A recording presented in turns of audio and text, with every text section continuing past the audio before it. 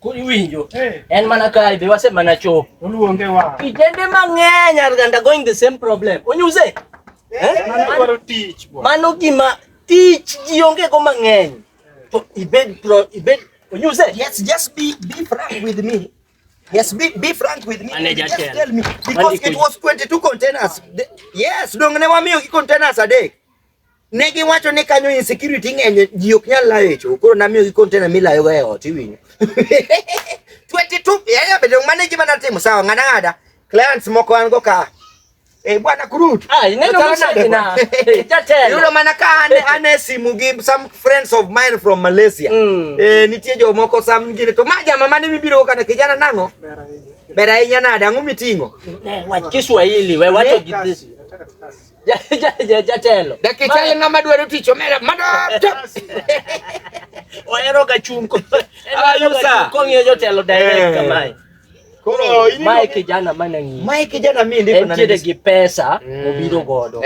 Nano sebet dala soma. Be ok ni en gi pesa. En gi moromo but ni obedo gi pesa. Iwinjo. Emomi kele Kore gima chande odwa nondike tich. Ane gima chande. Muindi moro na konyo kamano. Iwinjo. Nowe na walo kode. Iluonge ni Sing. Sing nodhi ong'iya to wacho nunyulo ni walo. Nanyise niya ni chieth msungu e kibrit. Nowe na wuonde. Nani nigi connection. Ne? Idwaro tich. Okay, in gang'o. Daki wuo motegno. Certificate to kendo certificate. Certificate. Mago to kwadwa, mago to kendo kwatigo ka. Be osendiki ga tich. Apenji pokondiki. Biani machingni ka ondiki mapiyo immediately. Manga manare makane file ni omera. Kawane file no kedu. Bed maber mondo ndiki. Nyingi nga. Madividi.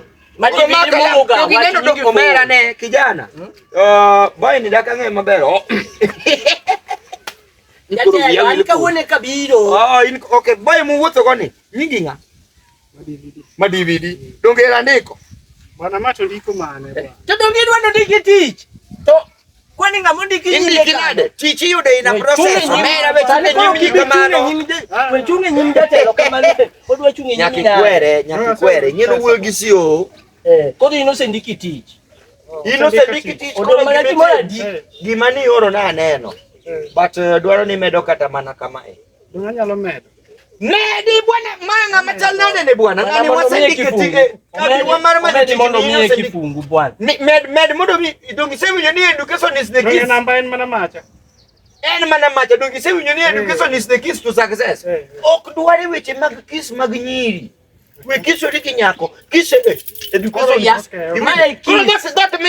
That me yudo tiyao. Atiko bet janyoto ingine kama kwa ni kifungu ma. Koro doga koro balance no ioro ngano the same aneno gimitemo asewinjo an pesa ng'eyo akne okoto no nyaka ng'e boy ni sobo broken bwana kaka lawe kwa wako lao moyo bwana ngani ngama bero mera ini biro tiyo kambi wakaka besa uno seyudo tich dedhi auru adhi organize dong yoro ni email kanyo wabonge WhatsApp sawa wabonge WhatsApp pesa na yude wo okay budgeting ni jomoko pod manyo tich to wato wamanyo tich mijinga na kiyo